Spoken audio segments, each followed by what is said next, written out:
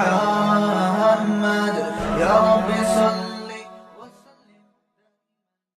بسم اللہ الرحمن الرحیم نحمدہ ونصلی علی رسولہ الکریم. آج انشاءاللہ ہم سورہ نحل شروع کریں گے. سورہ نحل کا پہلا رکوع اور 14ویں پارے کا رکوع نمبر 5. حسب معمول اس رکوع کا سب سے پہلے 14ویں پارے کا رکوع نمبر 7. حسب معمول اس رکوع کا سب سے پہلے لفظی ترجمہ ہوگا، پھر انشاءاللہ مختصر گرامر. بسم اللہ الرحمن الرحیم. اتا امر اللہ. اتا یاتی کا معنی آنا. اتا امر اللہ، اللہ کا حکم آ چکا ہے. فلا تستعجلوا، استعجال کئی بار یہ لفظ آ چکا ہے، جلدی کرنا. فلا تستعجلوا، جلدی مت مچاؤ. اس حکم کی جلدی مت مچاؤ. یعنی جس عذاب کو تم چاہتے ہو نا، بس وہ گویا آ چکا ہے. یہ اصل میں جب کوئی چیز بہت قریب ہوتی ہے نا، تو اس کو بھی قرآن نے اس طرح سے تعبیر کیا ہے کہ وہ گویا آ گئی ہے، یعنی آنے والا ہے وہ عذاب جس کی تم جلدی مچا رہے ہو. اللہ کا جو حکم ہے، عذاب کا حکم، بس وہ آیا ہی چاہتا ہے. فلا تستعجلوہ، پس تم اس کی جلدی مت مچاؤ. سبحانہ، اللہ ہر عیب سے پاک ہے. وتعالی، اور بلند ہے. عما یشرکون، ان چیزوں سے جن کو یہ اللہ کے ساتھ شریک کرتے ہیں. ینزل الملائکۃ، فرشتوں کو نازل کرتا ہے. بالروح، روح کے ساتھ. یہاں روح سے مراد ہے وحی، کیونکہ روح کہتے ہیں نا آپ کی مادی زندگی میں زندگی کا سبب بنتی ہے، تو وہی آپ کی روحانی زندگی کو حیات دیتی ہے. تو اس لیے وحی کو بھی روح کہا گیا ہے. جبریل علیہ السلام کو بھی روح کہا گیا ہے کہ وہ وحی لے کر آتے ہیں اور وہ انسان کی روحانی زندگی کا ذریعہ بنے. ینزل الملائکۃ بالروح، وہ فرشتوں کو نازل کرتا ہے روح کے ساتھ. من امرہ، اپنے حکم سے. علی من یشاء من عبادہ، جس پر اپنے بندوں میں سے چاہتا ہے اس پر. انذروا، ان کا مطلب کیا ہے؟ میں نے بتایا تھا نا، کئی بار یہ بتا چکا ہوں. پچھلے سینٹنس میں کوئی ایسی بات گزری ہوتی ہے جس میں کوئی پیغام چھپا ہوا ہوتا ہے، تو اس پیغام کو یا بات کو ان سے تعبیر کیا جاتا ہے. اب چونکہ اللہ نے پیچھے کیا فرمایا کہ اللہ فرشتوں کو نازل کرتا ہے روح کے ساتھ، یعنی وحی کے ساتھ، تو وہی بات کو کہتے ہیں نا پیغام ہے. تو کیا پیغام ہے؟ انذروا، وہ پیغام یہ ہے کہ انذروا، لوگوں کو ڈراؤ. انہو، اس بات سے ڈراؤ کہ لا الہ الا انا، کوئی عبادت کے لائق نہیں ہے مگر صرف میں ہوں، یعنی اس بات سے ڈراؤ. تفسیر میں ڈیٹیل بتاؤں گا انشاءاللہ. فتقون، پس تم ڈرو. نی تھا اصل میں، فتقونی، ڈرو تم مجھ سے.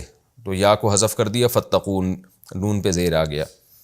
خلق السماوات والارض بالحق، اس نے آسمانوں اور زمین کو پیدا کیا حق کے ساتھ، یعنی حکمت کے ساتھ. یہ لفظ کئی بار آ چکا ہے کہ اللہ نے آسمانوں اور زمینوں کو حق کے ساتھ پیدا کیا. تو آپ سب اس کا مفہوم ذہن میں رکھیں. حق کے ساتھ مطلب یہ کہ اس میں ایک حکمت ہے. ایسا ہی نہیں پیدا کر دیا بس چلو بھئی کوئی پیچھے حکمت ہی نہیں، بس ویسے ہی پیدا کر دیا، ایسا نہیں ہے. تعالی، وہ بلند ہے. عما، ان معبودوں سے. یشرکون، جن کو یہ شریک کرتے ہیں، یعنی اللہ کے ساتھ. خلق الانسان من نطفۃ، پیدا کیا انسان کو منی کے قطرے کے ساتھ. فَإِذَا ہوا، میں نے بتایا تھا نا اذا اچانک کے لیے بھی آتا ہے. فَإِذَا ہوا، تو اچانک وہ انسان. خصیم، جھگڑالو بن گیا. مبین، بہت واضح، بالکل واضح طور پہ جھگڑا کرنے لگا. والانعام، اور جو چوپائے ہیں. نعم، انعام کو نعم کہتے ہیں چوپائے کو، یہ جو بکری بھیڑ بکریاں وغیرہ، گائے بھینس. والانعام، اور چوپائے جو ہیں. خلقہا، ان چوپایوں کو بھی اس اللہ نے بنایا. لکم فیہا، تمہارے لیے ہے ان چوپایوں میں. دفء، گرمی کا سامان. تدافع یتدافع، یہ کہتے ہیں گرمی حاصل کرنا. دفء، وہ چیز جس سے گرمی حاصل کی جائے، جیسے رضائی ہے، کمبل ہے، جیکٹ ہے. لکم فیہا دفء، تمہارے لیے ان جانوروں میں گرمی کا سامان ہے. ومنافع، اور بہت سارے منفعتیں ہیں. ومنہا تأکلون، اور انہی چوپایوں سے تم کھاتے بھی ہو. ولکم فیہا، اور ہے تمہارے لیے ان جانوروں میں، ان چوپایوں میں. جمال، خوبصورتی. حین تریحون، جب تم ان کو شام کو لے کے آتے ہو. اراح یریح، اراحتن کا معنی ہوتا ہے شام کو چلنا. روح، راح اصل میں شام کو جانے کو کہتے ہیں، لیکن یہ پھر مطلق جانے کے معنی میں بھی استعمال ہوتا ہے. لیکن یہاں شام کو لے کے چلنا، یعنی شام کو تو ظاہر ہے وہ چوپایوں کو لے کے واپس آتے تھے نا، ریوڑ کو لے کے. وحین تسرحون، اور جب تم صبح لے کے نکلتے ہو. سرح یسرح کا معنی چھوڑ دینا. صبح چھوڑتے ہو گھروں سے تاکہ وہ چرنے کے لیے نکلیں. تریحون، شام کو واپس لے کر آتے ہو. تو جب تم ان کو شام کو واپس لے کر آتے ہو ان چوپایوں کو، اور صبح جب چرنے کے لیے چھوڑتے ہو یا صبح جب چرنے کے لیے لے کر جاتے ہو، تو اس وقت میں تمہارے لیے ایک جمال ہوتا ہے، خوبصورتی ہوتی ہے، زینت ہوتی ہے. وَتَحْمِلُوا اور تم اٹھاتے ہو، اثقالکم، ثقل بوجھ کو کہتے ہیں، اثقال اس کی جمع آتی ہے.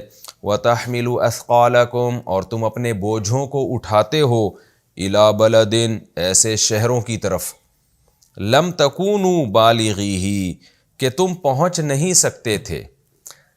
کانا یکونو کا معنی تو ہونا، تکونو تم نہیں ہوتے تھے، ہو سکتے تھے. بالغ کہتے ہیں پہنچنے کو، بالغ یبلغ بلوغاً اس کا معنی پہنچنا، بالغ پہنچنے والا، بالغین جمع ہے پہنچنے والے، ہی کا معنی وہ بلد، تو بالغی ہی تم پہنچنے والے نہیں تھے اس بلد تک.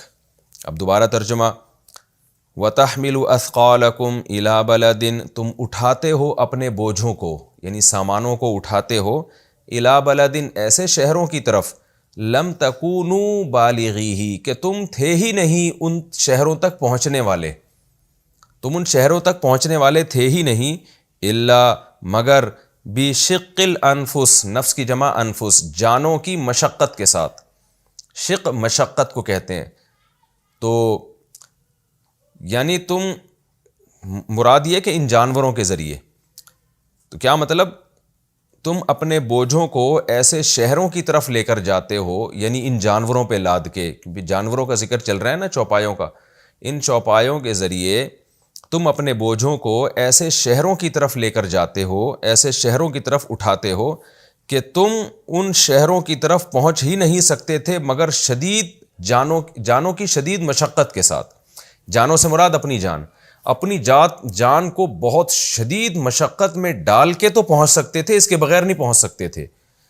تو ایسے شہروں کی طرف تمہارا اپنا پہنچنا ناممکن تھا، اور ان شہروں کی طرف تم ان جانوروں کے ذریعے پورے سامان لے کے چلے جاتے ہو.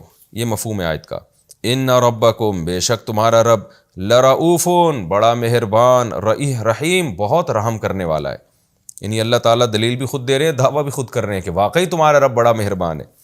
والخیلا اور گھوڑے، والبغال اور خچر، بغل کہتے ہیں خچر کو، جو گھوڑے اور گدھی کے ملاپ سے جانور پیدا ہوتا ہے.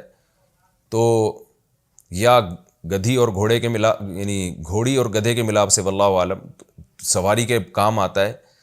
تو اس کو عربی میں کہتے ہیں بغل، جس کی جمع بغال. تو اللہ فرماتے ہیں والخیل والبغال اور گھوڑے اور خچر، والحمیر، حمیر گدھے کو کہتے ہیں، اور گدھے، لترکبوہا تاکہ تم ان پر سوار ہو. یعنی اس نے یہ بھی پیدا کیے، خلق محذوف ہے یہاں پر، کہ خلق الخیل والبغال والحمیر، اسی نے گھوڑے گدھے اور خچر اور گدھے پیدا کیے، لترکبوہا تاکہ تم ان پر سوار ہو جاؤ، وزینتاً اور زینت کے لیے بھی پیدا کی، ان سواریوں میں تمہاری زینت بھی ہے. وَيَخْلُقُ اور تمہارا رب پیدا کرتا ہے، ما وہ چیزیں، لا تعلمون جو تم جانتے بھی نہیں ہو. بہت سی ایسی بھی چیزیں تمہارے فائدے کے لیے وہ پیدا کرتا ہے. وَعَلَى اللَّهِ قَصْدُ السَّبِيلِ اور اللہ پر ہی ہے سیدھا راستہ. دیکھیں قصد کہتے ہیں اعتدال کو، کہتے ہیں نا اقتصادیات، وقصد فی مشیک، چال میں اعتدال پیدا کرو، میانہ روی کو کہتے ہیں. تو یہاں مراد ہے سیدھا راستہ، جو نہ ادھر ہو نہ ادھر ہو، بالکل بیچ میں ہو. میانہ روی بیچ کی کنڈیشن کو کہتے ہیں نا، اعتدال، بیلنس. تو یعنی قصد السبیل، سبیل راستے کو کہتے ہیں. راستے کا جو سیدھا پن ہے، جو اعتدال ہے، وہ علی اللہ، اللہ پر ہے. اللہ پر کا مطلب یہ کہ اللہ کی طرف جاتا ہے وہ. جیسے ہم کہتے ہیں نا کہ یہ والا راستہ کہاں پر ہے، یعنی یہ جاتے جاتے کہاں ٹچ ہو رہا ہے، کس جگہ کے اوپر آئے گا یہ راستہ. تو لوگ بتاتے ہیں کہ بھئی یہ والا جو راستہ ہے، یہ مثال کے طور پر کراچی میں صدر پر آئے گا یہ راستہ. تو کیا مطلب، یہ راستہ صدر کی طرف جا رہا ہے، بالآخر یہ صدر کے اوپر ہے. تو پر سے تعبیر اس لیے کیا کہ اس کو بڑا زبردست قرار ہے، یہ وہاں سے ہٹ نہیں سکتا. تو اس لیے اللہ تعالیٰ نے فرمایا کہ وَعَلَى اللَّهِ اللہ پر ہی ہے سیدھا راستہ، یعنی سیدھا راستہ اللہ ہی کی طرف جاتا ہے، ایسے جاتا ہے گویا اللہ پر ہے وہ راستہ، وہ وہاں سے ہٹ ہی نہیں سکتا. تو یہ مطلب ہے. تو آپ اس کا آسان ترجمہ کیا کریں گے کہ اللہ ہی کی طرف ہے سیدھا راستہ.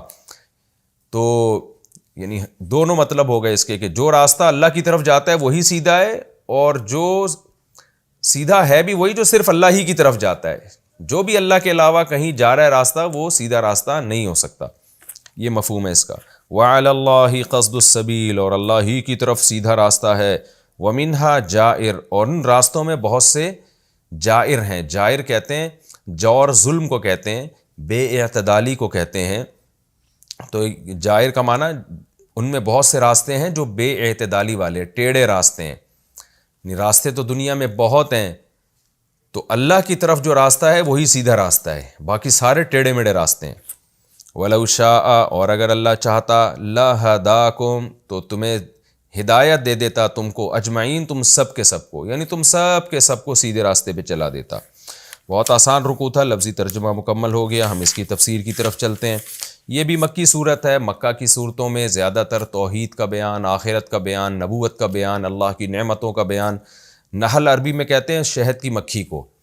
تو چونکہ اللہ نے اس میں اپنی قدرت کے دلائل دیے تو شہد کی مکھی کا بھی تذکرہ کیا کہ کیسے وہ شہد بناتی ہے، اور اللہ کی کتنی بڑی قدرت ہے. اس کے ایک چھوٹی سی مکھی کو اللہ نے کیسے شہد بنانے کا ہنر سکھا دیا. تو یہ اللہ کے وجود کی بھی دلیل، اللہ کے محسن ہونے کی بھی دلیل کہ تم پر احسان کرتا ہے، اللہ کے طاقتور ہونے کی بھی دلیل، صاحب کمال ہونے کی بھی دلیل، اور اللہ کے ایک ہونے کی بھی دلیل ہے کہ اس کے سوا کوئی عبادت کے لائق نہیں ہے. تو اس لیے اس سورت کا نام نحل رکھا گیا. تو اس میں اللہ تعالیٰ نے اپنی نعمتوں کو بہت کثرت سے بیان کیا ہے. سورت شروع ہوتی ہے جی عطا امر اللہ. مشرکین ایک ہی رٹ لگایا کرتے تھے کہ عذاب جلدی سے لے آؤ، کیوں نہیں آتا عذاب. اور یہ جو بار بار جلدی مچاتے تھے، اس کا مقصد یہ ہوتا تھا کہ ہم نبی کا انکار کریں کہ دیکھو عذاب آ رہا نہیں ہے تو اس کا مطلب یہ نبی نہیں ہے. تو اللہ نے فرمایا عطا امر اللہ، اللہ کا حکم بس آیا ہی چاہتا ہے.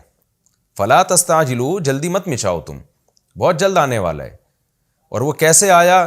کچھ ہی وقت کے بعد نبی نے ہجرت کی ہے تو بدر کی لڑائی ہوئی اور کتنے سارے سردار اس میں مارے گئے. اس کے بعد کتنی لڑائیوں میں مارے گئے.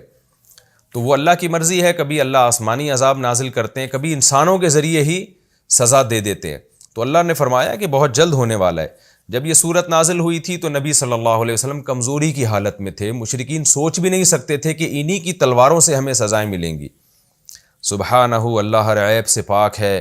وتعالی عما یشرکون، اور جن لوگوں کو یہ اللہ کے ساتھ شریک کر رہے ہیں اللہ اس سے بلند و برتر ہے.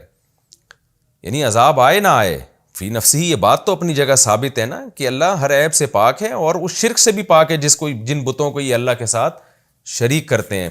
تو اس لیے نبی صلی اللہ علیہ وسلم کے دعوے کو دیکھو، عذاب میں جلدی مت مچاؤ. ینزل الملائکۃ بالروح، رہا مسئلہ کہ وہ کہتے ہیں کہ محمد صلی اللہ علیہ وسلم اللہ کے نبی نہیں ہے، تو یہ بات بھی غلط ہے. اللہ کی عادت رہی ہے ینزل الملائکۃ، اللہ فرشتوں کو نازل کرتا ہے روح کے ساتھ، وحی کے ساتھ. یہ اللہ کی عادت ہے. اب فرشتوں سے یہاں مراد ہے جبریل علیہ السلام. اس کو کہتے ہیں اس میں جنس، کیونکہ جبریل علیہ السلام بھی فرشتوں ہی میں سے ایک ہے نا. تو یہ کام گویا فرشتے کے ذمے لگا ہے، تو اس لیے تمام فرشتوں کو اس میں داخل کر دیا گیا. جیسے ایک انسان کے ذمے آپ کوئی کام لگائیں تو کوئی اعتراض کرے کہ یہ کام انسان سے کیوں لیا جا رہا ہے، تو ہم کیا کہیں گے؟ بھائی یہ کام انسانوں ہی سے لیا جاتا ہے. تو یہاں مراد انسانوں کا مطلب یہ نہیں کہ ساری دنیا کے سارے انسانوں سے، مطلب یہ کہ انسان کی جنس مراد ہے، کہ یہ جانوروں سے نہیں لیا جاتا بلکہ انسان سے لیا جاتا ہے. تو یہاں بھی یا اور اس کی ایک مثال کہ جنگ لڑنے کے لیے فوج میں مردوں کو بھرتی کیا جا رہا ہے، کوئی اعتراض کرے کہ خواتین کو بھرتی کیوں نہیں کیا جا رہا، تو جواب میں کیا کہیں گے؟ بھائی لڑائی کا کام مردوں سے لیا جاتا ہے. تو اب کوئی کہے کہ اگر لڑائی کا کام مردوں سے لیا جاتا ہے تو ساری دنیا کے سارے مردوں کو تو لڑنے میں استعمال نہیں کیا جا رہا. آپ تو جھوٹ بول رہے ہیں کہ لڑائی کا کام مردوں سے لیا جاتا ہے.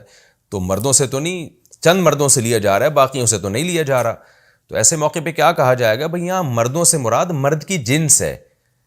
یہاں یہ بتانا مقصد ہے کہ عورتوں سے نہیں لیا جاتا اور دوسری مخلوق سے نہیں لیا جاتا، یہ مرد کی ذمہ داری ہے. تو جمع کا صیغہ استعمال کیا مردوں، لیکن ساری دنیا کے سارے مرد مراد نہیں ہیں بلکہ مرد کی جنس مراد ہے. تو یہاں بھی ینزل الملائکۃ کہ اللہ تعالیٰ فرشتوں کے ذریعے کام لیتے ہیں. تو مراد یہ نہیں کہ ہر فرشتہ وہی لے کر آتا ہے، ان فرشتوں میں ایک حضرت جبریل ہیں. تو یہ اعتراض ہے کہ یہ دوسری مخلوق سے وحی کا کام نہیں لیا جاتا. ينزل الملائکۃ بالروح، فرشتوں کو وہ نازل کرتا ہے، یعنی جبریل کو نازل کرتا ہے وحی کے ساتھ، من امرہ، اپنے حکم سے، علی من یشاء من عبادہ، اپنے بندوں میں جس کو چاہتا ہے منتخب کر کے، جس پر چاہتا ہے۔ تو یہ بھی انسانوں سے نہیں پوچھا جاتا کہ کس کو پیغمبر بنایا جائے، کس پر وحی نازل کی جائے، وہ اللہ کی طرف سے سلیکشن ہوتی ہے۔ لیکن جس پیغمبر پر بھی وحی نازل ہوتی ہے اس کا مفہوم بنیادی ایک ہی ہوتا ہے۔ وہ مفہوم کیا ہوتا ہے؟ انذروا، پیغمبروں کو کہا جاتا ہے کہ ڈراؤ تم، انہ لا الہ الا انا، اس بات سے ڈراؤ کہ میرے سوا کوئی عبادت کے لائق نہیں ہے۔ اس بات سے ڈراؤ کا کیا مطلب؟ لوگوں کو بتا دو کہ اللہ کے سوا کوئی عبادت کے لائق نہیں ہے، اب اس بات سے ڈرو، یعنی اب اس بات سے ڈرو کہ اگر ہم نے یہ کلمہ نہیں مانا، اس کو نہیں قبول کیا تو اللہ کا عذاب آئے گا، اس بات سے ڈرو۔ جیسے ہم کسی کو کہتے ہیں نا کہ بھائی تم اس بات سے ڈرو کہ کل تمہارا امتحان ہے، تو اگلا کہے گا بھائی امتحان سے کیا مطلب، امتحان سے کیسے ڈرا جاتا ہے؟ بھائی امتحان سے نہیں ڈرا جاتا، بلکہ اس بات سے ڈرا جاتا ہے کہ تیاری اگر نہیں کی تو امتحان میں آپ فیل ہو جائیں گے۔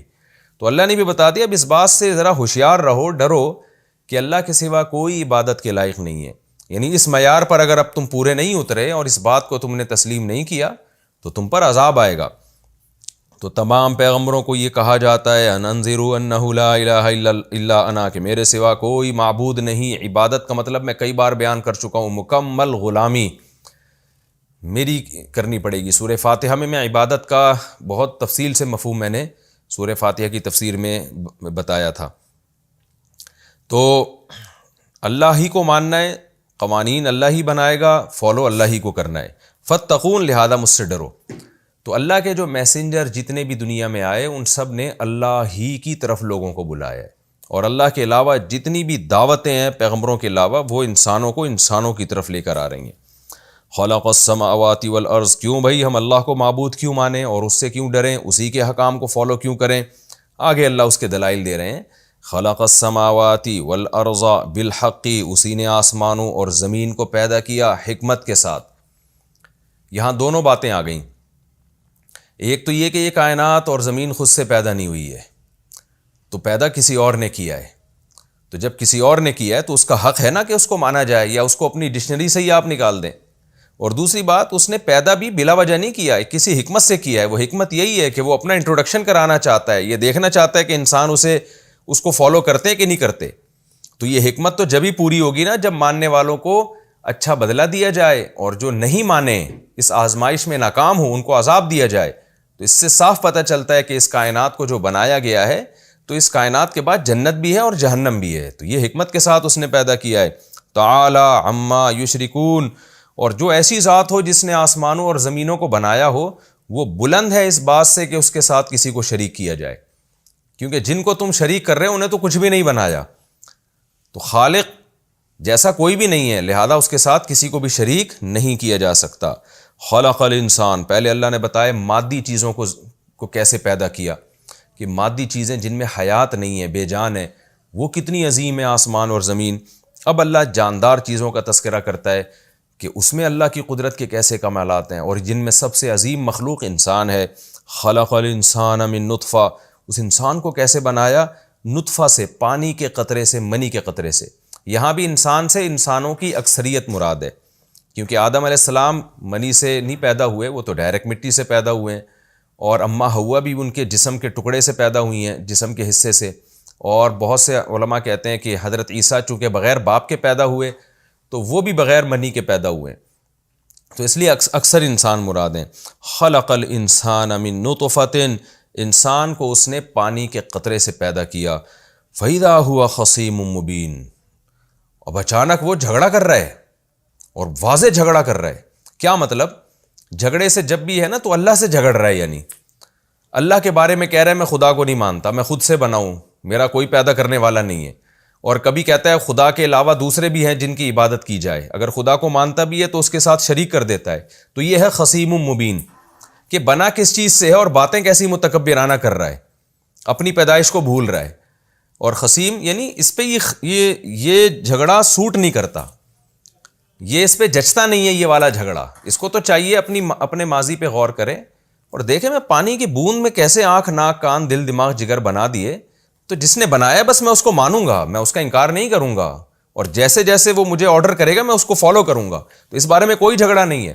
لیکن اللہ کہتے ہیں کیسی عجیب چیز سے بنایا, اور بننے کے بعد اس کا تکبر دیکھو کہ ہم سے جھگڑا کر رہا ہے, اور جھگڑا بھی چھوٹا موٹا نہیں, کھل کے جھگڑا کر رہا ہے.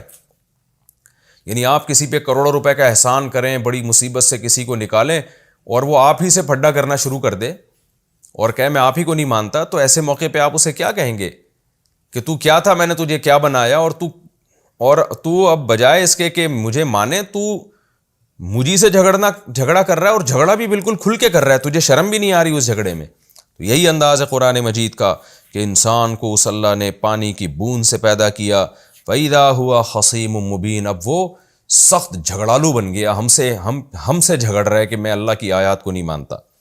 یہاں بھی ظاہر ہے انسان سے بہت سے انسان مراد ہیں, سب مراد نہیں ہے, سارے نہیں جھگڑتے, اس میں تو پیغمبر بھی ہیں, نیک لوگ بھی ہیں. آگے اللہ فرماتے ہیں یہ تو انسان کے کمالات, انسان میں ہماری قدرت کے کمالات ہیں. آگے جانوروں کی طرف آؤ جو ہم نے انسانوں کی خدمت کے لیے پیدا کیے. وَالْأَنْعَامَ خَلَقَهَا, اسی نے چوپایوں کو پیدا کیا. لَكُمْ فِيهَا دِفْءٌ, انہی جانوروں میں تمہارے لیے گرمی کا سامان ہے. جیکٹیں تو اب ایجاد ہوئی ہیں, صدیوں سے انسان جانوروں کی کھال کو, لیدر کو, چمڑے کو گرمی کے لیے استعمال کرتا رہا ہے. اسی کے لحاف بنائے, اسی کے خیمے بنائے, اسی کی جیکٹیں بنائی گئی ہیں, اسی کو اوڑھا جا رہا ہے, اسی میں پانی گرم کیا جا رہا ہے. تو یہ ورنہ تو انسانوں کی نسل ہی ختم ہو جاتی اگر یہ جانور نہ ہوتے. تو اللہ فرماتے اس میں تمہارے لیے گرمی کا سامان ہے. ومنافع, اور ان جانوروں میں اور بہت سارے منافع ہیں. کتنی دوائیں ان جانوروں سے ایجاد کی گئی ہیں, کتنے خوراکوں میں یہ کام آتے ہیں. وَمِنْهَا تَأْكُلُونَ, اور انہی کو تم کھاتے بھی ہو. یعنی انہی جانوروں میں بہت سارے کام ہیں تمہارے لیے, اور پھر خوراک کے طور پہ بھی استعمال ہو رہے ہیں یہ. وَلَكُمْ فِيهَا جَمَالٌ حِينَ تُرِيحُونَ, اور یہ تو بنیادی ضرورتیں ہیں کہ تمہیں سردیوں میں سردی سے بچائے, تمہاری خوراک کا انتظام ہو, اور تمہاری تجارتیں, منافع میں تجارت بھی داخل ہے, تمہاری تجارتیں بھی ہوں. یہ تو تمہارے بیسک جو ضرورت ہے وہ پوری ہو رہی ہے. اس کے علاوہ کچھ اضافی چیزیں بھی ہیں جو تمہاری ضرورت نہیں ہیں, لیکن وہ تمہارے دل کے سرور اور خوشی کا ذریعہ بنتی ہیں وہ چیزیں, اگرچہ وہ بنیادی ضرورت نہیں. جو بنیادی ضرورت کی چیزیں تھیں وہ تو اللہ نے پہلے ذکر کر دی نا. اب ان چیزوں کا بھی اللہ تذکرہ کر رہے ہیں کہ وہ ضرورت نہیں ہے, جو نیڈ نہیں ہے سوسائٹی کی, لیکن اس سے تمہیں ایک زندگی کی خوشیاں ملتی ہیں. وہ خوشیاں کیا ہیں؟ وَلَكُمْ فِيهَا جَمَال, تمہارے لیے ان جانوروں میں جمال ہے, زینت ہے. حِينَ تُرِيحُونَ, جب تم ان جانوروں کے ریوڑ کو لے کے شام کو گھر آ رہے ہوتے ہو. وَحِينَ تَسْرَحُونَ, اور جب تم صبح چرنے کے لیے ان کو چھوڑ رہے ہوتے ہو. آج بھی آپ گاؤں دیہاتوں میں جائیں کہ جن کے پاس مال مویشی ہوں, وہ صبح ان جانوروں کو لے کے نکلتے ہیں, تو چونکہ ان کا یہ کروڑوں روپے کا, لاکھوں روپے کا روزگار ہوتا ہے, اس میں ان کو بڑا مزہ آ رہا ہوتا ہے, ایک مستی ہوتی ہے ان کی طبیعت میں. صبح صبح وہ نکل رہے ہوتے ہیں نا کہ بھئی اتنا مال مویشی صبح, اور پھر گھاس لگی ہوئی ہے, بارشیں ہو رہی ہیں, جانوروں کو ہم چرائیں گے, جب شام کو یہ ریوڑ واپس آئے گا تو گاؤں میں لوگ دیکھیں گے بھی, اور لوگ عزت بھی دیتے ہیں ایسی صورت میں کہ بھئی یہ ماشاءاللہ مالدار آدمی ہے. اور پھر ایک تھکا ہارا جب گھر پر آتا ہے پورے ریوڑ کو لے کر, تو اس سے ایک اس کو خوشی بھی ہوتی ہے. اب تو چونکہ ماڈرن دور ہے, یہ چیزیں دیہاتوں کے حد تک رہ گئی ہیں, پہلے تو یہ لوگوں کا گزر بسر اکثر اسی چیز پر تھا. تو اور پھر وہ بکریوں کے تھن بھرے ہوئے ہوتے ہیں جب شام کو آتی ہیں, گائے بھینسوں کے تھن بھرے ہوئے ہوتے ہیں جب وہ چر کے واپس آ رہی ہوتی ہیں. تو اللہ نے فرمایا تمہارے لیے اس میں زینت ہے. زینت کا مطلب یہ منظر اچھا بھی لگتا ہے تمہیں. لوگ جب اس منظر کو دیکھیں گے تو لوگوں کو تم اچھے لگنے لگو گے, اور تمہارا یہ انداز اچھا لگے گا کہ تم صبح کو لے کے نکلتے اور شام کو لے کے واپس لوٹتے ہو. تو آج بھی علماء نے اسی آیت سے استدلال کیا ہے کہ اس میں صرف یہ چوپائے داخل نہیں ہے. جس انسان کو بھی اللہ نے روزگار دیا ہے, تو اس کے روزگار میں جہاں اس کی تنخواہ ملتی ہے, یا اس کی کوئی بزنس ہے, اس بزنس میں جو اس کی ارننگ ہوتی ہے, جہاں اس کی بیسک ضرورتیں پوری ہوتی ہیں, وہاں اس بزنس میں اور ملازمت میں اس کے لیے ایک زینت بھی ہے. بے روزگار آدمی کو دیکھیں, وہ بیچارہ گھر میں پڑا ہوا ہوتا ہے, کیسے لوگ اس کو تانے دے رہے ہوتے ہیں. اور جو ملازم پیشہ لوگ ہیں, یا کسی کی کوئی جاب لگی ہوئی ہو, کیسے صبح صبح وہ گھر سے نکل کے تیار ہو کے جا رہا ہوتا ہے, اور شام کو واپس آ رہا ہوتا ہے. اپنے کاروبار کی طرف لوگ جا رہے ہیں دکان کو, اور تھکے ہارے واپس آ رہے ہوتے ہیں. تو ان تمام اعمال میں انسان کے لیے ایک زینت بھی ہے. زینت کا مطلب یہ عمل اچھا لگتا ہے اور اس سے انسان کی طبیعت میں ایک سرور پیدا ہوتا ہے. تو اس سے بھی پتہ چلتا ہے کہ زینت اختیار کرنا بھی شریعت میں جائز ہے. علماء کہتے ہیں تکبر میں، فخر میں اور زینت میں فرق یہ ہے کہ تکبر میں وہ زینت ہوتی ہے جس میں آپ دوسرے کو حقیر سمجھنا شروع کر دو، اور اس نعمت جس کی وجہ سے آپ اچھے لگ رہے ہو اس نعمت کو اپنا کمال سمجھنا شروع کر دو. تو یہ پھر زینت نہیں ہے بلکہ یہ تکبر ہے، تفاخر ہے، یہ حرام ہے اسلام میں. اور ایک زینت وہ ہوتی ہے جس میں اللہ نے آپ کو کوئی ایسی نعمت دی جس کی وجہ سے آپ اچھے لگ رہے ہیں، لیکن آپ اس نعمت کی وجہ سے اتراتے نہیں ہیں. جن کے پاس وہ نعمت نہیں ہے ان کو حقیر نہیں سمجھتے اور اس نعمت کو اللہ کی دین سمجھتے ہیں، اپنا کمال نہیں سمجھتے. آپ سمجھتے ہیں یہ تو بھیک ہے جو اللہ کی طرف سے مجھے ملی ہوئی ہے. تو پھر یہ زینت ہے اور اس پہ خوش ہونا بھی جائز ہے، پھر یہ تکبر نہیں ہے. جیسے اس کی مثال حدیث میں آتی ہے، رسول اللہ صلی اللہ علیہ وسلم نے فرمایا کہ من کان فی قلبہ مثقال حبۃ من خردل لم يدخل الجنہ لن يدخل الجنہ، او کما قال صلی اللہ علیہ وسلم، کہ جس کے دل میں رائی کے دانے کے برابر بھی تکبر ہوگا وہ ہرگز جنت میں نہیں جائے گا. تو صحابی نے عرض کیا، یا رسول اللہ میں چاہتا ہوں میرا لباس اچھا ہو، میرا جوتا اچھا ہو، یعنی میرا حلیہ اچھا ہو، تو کیا یہ بھی تکبر ہے؟ تو آپ صلی اللہ علیہ وسلم نے فرمایا نہیں، ان اللہ جمیل یحب الجمال، اللہ جمیل ہیں، جمال کو پسند کرتے ہیں، زینت کو پسند کرتے ہیں.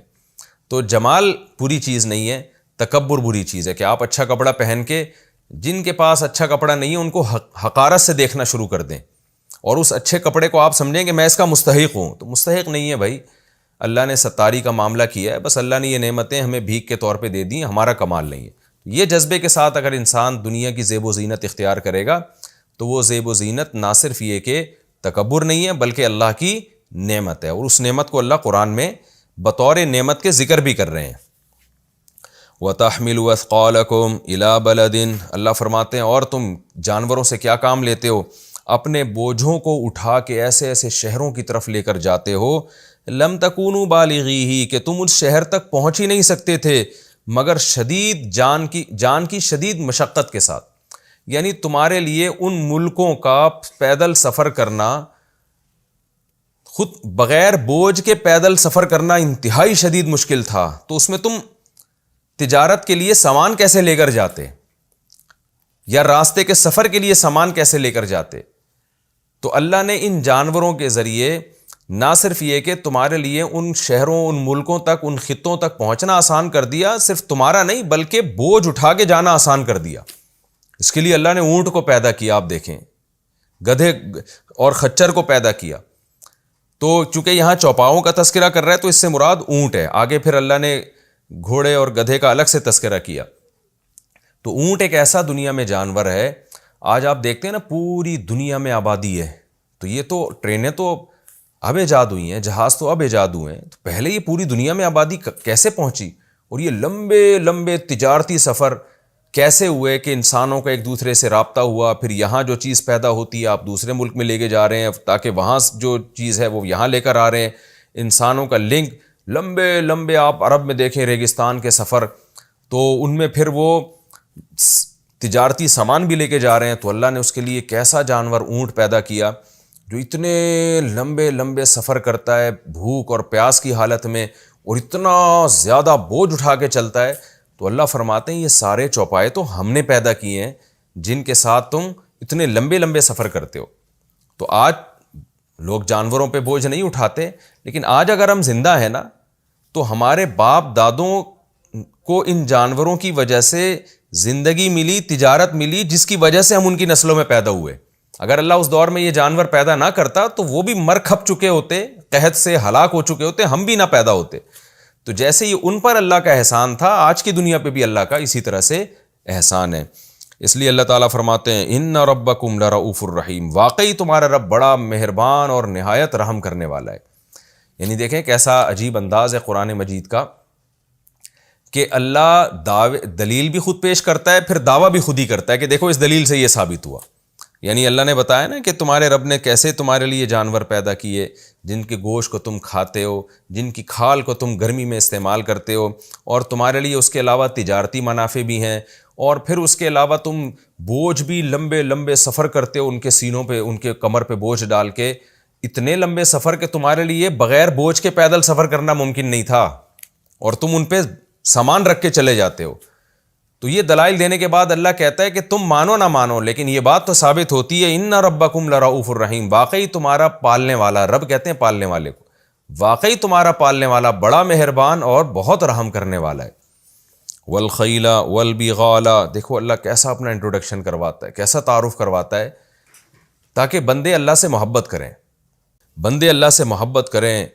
ہمارے حضرت اکثر فرمایا کرتے تھے کہ اللہ ایسی ذات نہیں ہے جس سے ڈرا جائے. ڈرنے کا حکم تو اس لیے کہ ہم کوئی نافرمانی نہ کر لیں، پھر عذاب نہ آ جائے. حقیقت میں اللہ وہ ذات ہے جس سے محبت کی جائے، کیونکہ وہ محسن ہے تو محسنین سے محبت کی جاتی ہے. آگے اللہ فرماتے ہیں والخیل والبغال والحمیر، اور گھوڑے، خچر اور گدھے بھی اس نے پیدا کیے، لترکبوہا، تاکہ تم ان پر سوار ہو جاؤ، وزینتاً، اور اس میں بھی زینت ہے تمہارے لیے. گھڑ سواری، خچر کی سواری خاص طور پہ مالداروں کے لیے بڑی زینت ہوا کرتی تھی یہ. تو آج بھی یہ سواریاں ہیں ہمارے لیے زینت ہیں، اس کے متبادل اللہ نے پیدا کر دی سواریوں کو. لیکن سواری بہرحال جہاں انسان کے سکون کا ذریعہ ہے، وہاں انسان کے لیے ایک زینت کا ذریعہ بھی ہے، دیکھنے میں انسان اس سواری میں بیٹھ کر اچھا لگتا ہے. تو یہ بھی اللہ کی پیدا کردہ چیزیں ہیں. وَيَخْلُقُ مَا لَا تَعْلَمُونَ، اللہ فرماتے ہیں اور وہ کچھ بھی پیدا کرتا ہے جو تم جانتے ہی نہیں ہو. یہ تو وہ چیزیں جو تمہیں نظر آ رہی ہیں، اس کائنات میں پتہ نہیں کیا کیا پیدا ہو رہا ہے جو تمہارے فائدے کا ہے، جو تمہیں علم میں ہی نہیں، اور پتہ نہیں کیا کیا پیدا ہوتا رہے گا قیامت تک. یہ تو موٹی موٹی چیزیں جو سب کو نظر آتی ہیں وہ اللہ نے دکھا دی ہیں. مفسرین نے اس آیت کی تحت لکھا ہے کہ بہت سے موذی جانور جب تعداد ان کی بڑھتی ہے جنگلوں میں، تو اللہ ان کی نسل پہ کنٹرول کرنے والے جانور بڑھا دیتے ہیں. تو اس طرح پتہ نہیں اس کائنات میں کیا کیا پیدا ہو رہا ہے، تو اور ہوتا رہے گا قیامت تک. ہم تو جو سائنس جو ہے نا وہ تو مشاہدے کو دیکھتی ہے نا، جو نظر آ رہا ہے اس پر تو وہ اس کا تو اعتراف کرے گی، بہت سی چیزیں تو نظر ہی نہیں آ رہی ہیں. تو اللہ تعالیٰ فرماتے ہیں وَيَخْلُقُ مَا لَا تَعْلَمُونَ، بہت سی چیزیں ایسی ہیں جو تم جانتے ہی نہیں، جن کو اللہ پیدا کرتا ہے. وَعَلَى اللَّهِ قَصْدُ السَّبِيلِ، یہ دلائل دے کے اللہ فرماتے ہیں واقعی سیدھا راستہ اللہ ہی کی طرف جاتا ہے. کیا مطلب کہ اتنے دلائل سے بات کے بعد تمہیں پتہ چل گیا کہ سیدھا راستہ کیا ہے، غلط راستہ کیا ہے. سیدھا راستہ وہ ہے کہ اللہ کو بھی مان لو، اس کی نعمتوں کا اعتراف کر لو اور اس کی اطاعت شروع کر دو. یہ ہے سیدھا راستہ جو اللہ کی طرف جاتا ہے. وَمِنْهَا جَائِرٌ، اور راستوں میں بہت سے ایسے ہیں جو ٹیڑھے میڑھے ہیں. تو وہ جو اس راستے کے علاوہ جتنے راستے ہیں وہ سارے غلط راستے ہیں.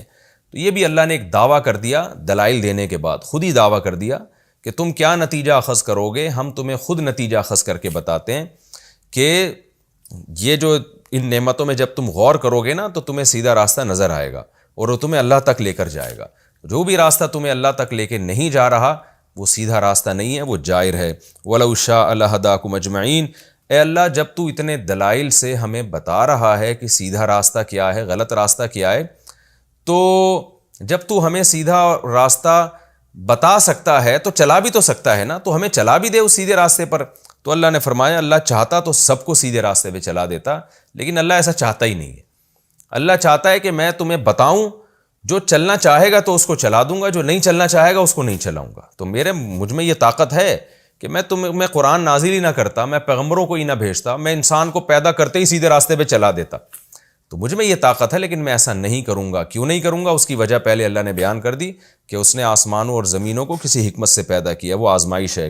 تو یہ آزمائش ہی ختم ہو جائے گی اگر اللہ ہی تمہیں زبردستی سیدھے راستے پہ چلا دے. یہ رکوع ہمارا کمپلیٹ ہو گیا اور اب ہم اگلے رکوع کی طرف چلتے ہیں. سورہ نحل کا رکوع نمبر 2 اور 14ویں پارے کا رکوع نمبر 8. حسب معمول اس کا مختصر لفظی ترجمہ کر دیتا ہوں، پھر وقت مشکل ہے کہ بچ جائے، پھر اگلے انشاءاللہ ایپیسوڈ میں اس کی میں تفسیر شروع کروں گا. هو الذی انزل من السماء ماء، اللہ وہ ذات ہے جس نے آسمان سے پانی برسایا. لکم منہ شراب، تمہارے لیے اس میں مشروب ہے. شراب عربی میں اس شراب کو نہیں کہتے جس کو اردو میں شراب کہتے ہیں، اس کو عربی میں خمر کہتے ہیں.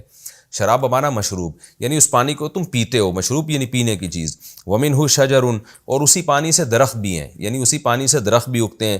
فیہ تسیمون، اس درخت میں تم کیا کرتے ہو؟ تسیمون، اپنے جانوروں کو چرنے کے لیے چھوڑتے ہو. اسامہ یسیمو، اسامتن کا معنی جانور چرنے کے لیے چھوڑنا. سائمہ ہے نا، قرآن میں آتا ہے ما جعل اللہ من بحیرۃ ولا سائمہ، یہ سورہ نساء میں گزر چکا ہے کہ سائمہ اس جانور کو کہتے ہیں جو اکثر سال چرتے رہتے ہیں، یعنی بارش کے پانی سے چرتے ہیں، تو چرنے والے جانور کو. تو اسامہ اسوما کی طرح اس کا معنی چرانا. تو انہی میں تم جانور چرنے کے لیے چھوڑتے ہو. یمبت لکم بہ، وہ اگاتا ہے تمہارے لیے اس پانی کے ذریعے، الزرع کھیتیاں، والزیتون زیتون، والنخیل کھجور، والاعناب انگور، ومن کل الثمرات، اور ہر طرح کے پھل پیدا کرتا ہے اسی پانی سے.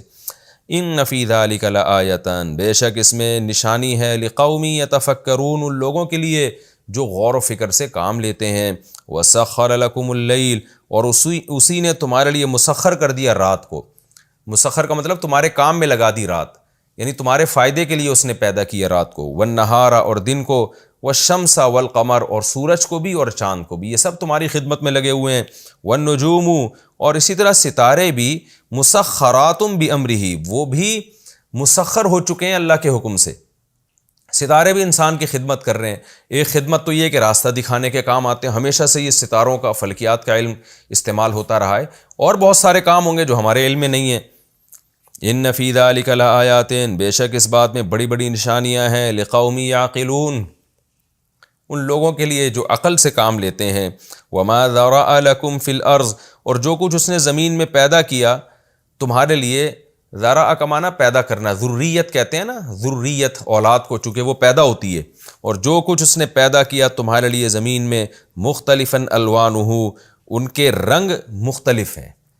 مختلف رنگوں کی چیزیں اس نے اس زمین میں پیدا کی، جیسے نباتات ہیں. الوان رنگ کو بھی کہتے ہیں، مختلف قسموں کو بھی کہا جاتا ہے، یعنی جن کی قسمیں مختلف ہیں. تو کیا مطلب، زمین میں طرح طرح کی جو چیزیں اس نے پیدا کی، یہ صحیح ترجمہ ہوگا. ان فی ذلک لآیۃ، اس میں بھی بے شک نشانی ہے، لقوم یذکرون، ان لوگوں کے لیے جو نصیحت حاصل کرتے ہیں. یتذکرون تھا اصل میں، ذکرہ نصیحت کو کہتے ہیں نا، جو نصیحت حاصل کرتے ہیں. کیا مطلب، نصیحت حاصل کرنا چاہتے ہیں. وَهُوَ الَّذِي سَخَّرَ الْبَحْرَ، اللہ وہ ذات ہے جس نے بحر یعنی سمندر کو مسخر کر دیا. لِتَأْكُلُوا مِنْهُ، تاکہ تم اس میں سے کھاؤ. لَحْمًا طَرِيًّا، گوشت. طریہ کا مطلب تازہ. مچھلی کا گوشت چونکہ انسان کی طبیعت میں نشاط پیدا کرتا ہے، تازگی پیدا کرتا ہے، اس لیے اس کو تازہ کہا، تاکہ تم اسے تازہ گوشت کھاؤ. وَتَسْتَخْرِجُوا، اور نکالو. استخراج کا معنی نکالنا. مِنْهُ حِلْيَةً، اس سمندر سے زیور. حلیہ زیور کو کہتے ہیں. تلبسونہا، جس کو تم پہنتے ہو. وَتَرَى الْفُلْكَ، اور اے مخاطب تو کشتی کو دیکھتا ہے. مواخرہ، ماخرہ کہتے ہیں پھاڑنے والی، تو مواخر جمع ہے اس کی. مواخرہ فیہ، اس سمندر میں پھاڑتی بھی چل رہی ہوتی ہے، یعنی اس کی لہروں کو، اس کی موجوں کو. فلک کا اطلاق صرف کشتی پہ نہیں، جو بھی سمندر میں چلنے والی کشتیاں، جہاز ہیں، کہ تم اے مخاطب تو دیکھتا ہے کہ وہ کشتیاں اور جہاز جو ہیں کیسے سمندر کی لہروں کو پھاڑتے ہوئے چلتے ہیں. وَلِتَبْتَغُوا، اور یہ سب اس لیے بھی کیا تاکہ لِتَبْتَغُوا، تم تلاش کرو. ابتغاء یبتغی، ابتغاءً تلاش کرنا. من فضلہ، اللہ کے فضل کو، یعنی روزی تلاش کرو. سمندر میں تم تجارت کرو، روزی تلاش کرو. وَلَعَلَّكُمْ تَشْكُرُونَ، اور شاید تم شکر گزار بن جاؤ. وَأَلْقَىٰ فِي الْأَرْضِ، القا یلقی، القان کا معنی ڈالنا. اور ڈال دیا اس نے زمین میں، رواسیہ مضبوط پہاڑ. راسیۃن، یہ کئی بار لفظ آ چکا ہے. ان تمید بکم، کہ تمہیں لے کے ڈاماڈول ہو جائے کہیں وہ، یعنی اس خوف سے، اس خطر، خوف نہیں یعنی اس خطرے سے. مادہ یمیدو، یہ لفظ پہلے آ چکا ہے کہ تمہیں لے کے کہیں ڈاماڈول نہ ہو جائے زمین، تو اس خطرے سے بچنے کے لیے اس نے زمین میں پہاڑ جما دیے. وَأَنْهَارًا، اور دریا. نہر دریا کو کہتے ہیں، دریا پیدا کر دیے. وَسُبُلًا، اور راستے بنا دیے اس نے. ایک ملک سے دوسرے ملک جانے کے لیے بہت سے ایسے راستے جن پہ تم سڑکیں بنا سکو، یا جن پہ تم سفر کر سکو، تو وہ راستے پیدا کر دیے. لعلکم تہتدون، تاکہ تم رہنمائی حاصل کرو. یعنی کیا مطلب، ایک جگہ سے دوسری جگہ جانے تک کی تمہیں رہنمائی ملے. راستے ہوں گے تو آپ پہنچیں گے نا، رہنمائی ملے گی. راستے ہی نہیں ہوں گے تو کیسے پہنچیں گے آپ. وعلامات، اور اس نے بہت سی نشانیاں بھی پیدا کر دی، یعنی ان راستوں پہ نشانیاں. کیا مطلب، زمین ایسی بنا دی جاتی کہ بالکل ایک جیسی ہوتی، تو پھر انسان کے لیے راستوں کا تلاش کرنا اور ایک جگہ سے دوسری جگہ سفر کرنا، خاص طور پہ پرانے زمانے کے انسان کے لیے ناممکن ہو جاتا. تو اس نے راستوں میں نا علامتیں بنا دی ہیں، جن علامتوں کو دیکھ کر لوگ صدیوں سے ایک ملک سے دوسرے ملک جاتے رہے ہیں. یعنی زمین کو ایسا مختلف طریقے سے بنایا ہے کہ راستوں میں انسان کنفیوز نہیں ہو جاتا. وعلاماتن، اور اس نے نشانیاں بھی پیدا کر دیں. وبالنجم هم یہتدون، اور ستاروں کے ذریعے یہ لوگ یہتدون رہنمائی حاصل کرتے ہیں، ستاروں کو دیکھ کر یہ لوگ سفر کرتے ہیں. افمن یخلق، تو کیا وہ ذات جو پیدا کرتی ہے، کمن لا یخلق، اس جیسا ہو سکتا ہے جو پیدا نہیں کرتا. یہ سب چیزیں اللہ نے پیدا کی ہیں، تو کیا وہ جو پیدا کر رہا ہے سب چیزیں اس کی طرح وہ ہو سکتا ہے جو کچھ بھی پیدا نہیں کر رہا؟ یعنی اللہ کے علاوہ کوئی جتنے بھی لوگ ہیں یا جتنی بھی مخلوق ہیں، کیا وہ اللہ جیسی ہو سکتی ہیں کیا؟ افلا تذکرون، تو تم نصیحت حاصل کیوں نہیں کرتے؟ وَإِن تَعُدُّوا نِعْمَتَ اللَّهِ، اور اگر تم اللہ کی نعمتوں کو شمار کرنا شروع کر دو. یہ تو اللہ نے کچھ نعمتیں بیان کی ہیں، تم خود سے بیٹھ کے شمار کرنا شروع کر دو. لا تحصوها، تم ان کا احاطہ نہیں کر سکتے. احصا یحصی، احسان کا معنی احاطہ کرنا، نہیں گن سکتے ان کو. ان اللہ لغفور الرحیم، واقعی اللہ بہت معاف کرنے والا اور رحم کرنے والا ہے. واللہ یعلم ما تسرون، اور اللہ جانتا ہے جو تم چھپاتے ہو. وما تعلنون، اور جو کچھ تم ظاہر کرتے ہو. والذین یدعون من دون اللہ، اور وہ لوگ جو اللہ کے علاوہ پکارتے ہیں دوسرے معبودوں کو. لا یخلقون شیئا، وہ کچھ بھی پیدا نہیں کر سکتے. وہم یخلقون، بلکہ ان کو پیدا کیا گیا ہے. یہ رکوع ہمارا اس کا لفظی ترجمہ مکمل ہو گیا. اگلے ایپیسوڈ میں انشاءاللہ ہم سورہ نحل کا رکوع نمبر 2 اور 14ویں پارے کا رکوع نمبر 8 انشاءاللہ ہم اس کی تفسیر اسٹارٹ کریں گے. اللہ تعالی ہمیں سمجھنے کی، عمل کی توفیق عطا فرمائے. وما علینا الا البلاغ.